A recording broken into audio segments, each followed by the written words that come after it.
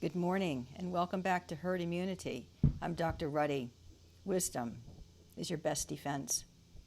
I want to discuss with you some interesting news about the Delta variant. It's interesting and baffling.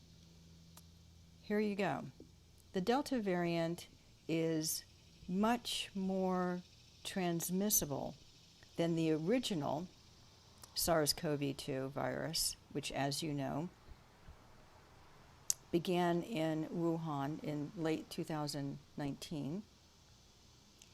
They believe that this very robust ability to transmit from person to person is related to an extremely high viral load. Now, what in the world am I talking about?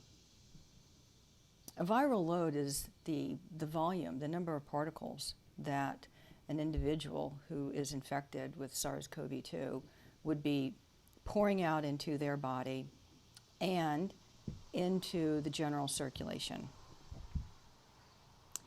This Delta variant is 1,000 times stronger, shall we say, in reproducing.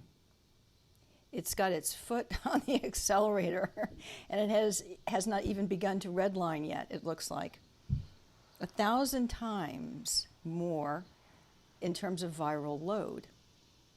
Let me put that into perspective for you.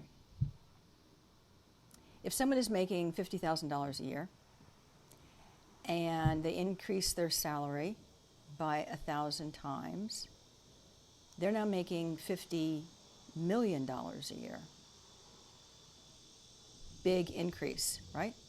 So this SARS-CoV-2 virus, which originated in Wuhan and had a certain ability to replicate, get into the cells, produce more viruses, get out of the cells, and it has to do that over a certain period of time and produce enough viral particles that a test, like a PCR test, could detect it. Because a PCR test is not going to detect one virus or 10. You're going to need to be producing the SARS-CoV-2 viruses for, on average, about 6 days, it seemed, with the original virus, to be able to find detectable virus in a person who'd been infected. Now we've got a Delta variant that can reproduce 1,000 times faster. Okay, it's now making $50 million a year. Nice work if you can get it, right?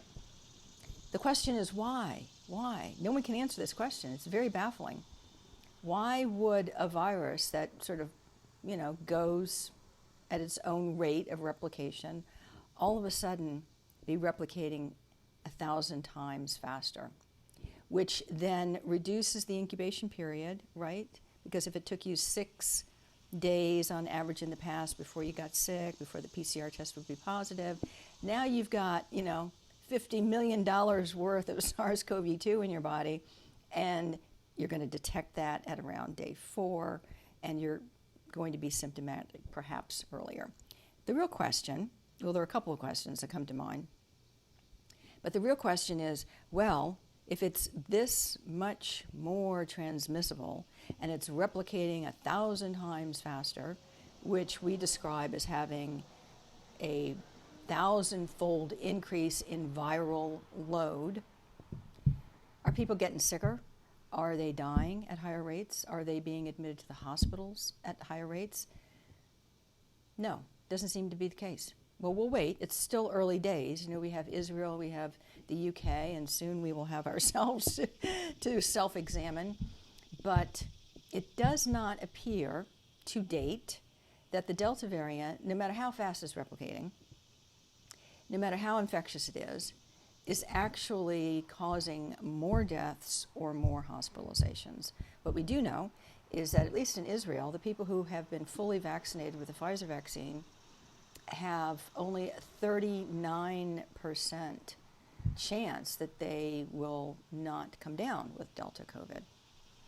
That, of course, is not the number that they were told. It was not as advertised, let's put it that way. Yeah, 39% defense against the SARS coronavirus was not what was advertised, but that's what you got to deal with as of today.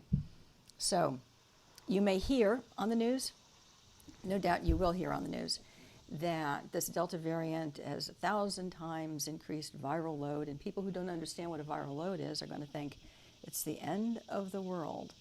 Well, I can't actually promise you that, although sometimes it feels that way, doesn't it? What we've got is a virus that, for whatever reason, appears to be 1,000 times more capable of replicating, and as a result, pouring out viral particles into the population, which are then infecting other people more robustly than the original virus that originated in Wuhan, that does not seem to translate into worse disease, a faster progression of disease, or mortality. We'll look to see in the near future if there are scientists who might be able to shed some light on how this virus went from 0 to 60 in the equivalent of less than a second.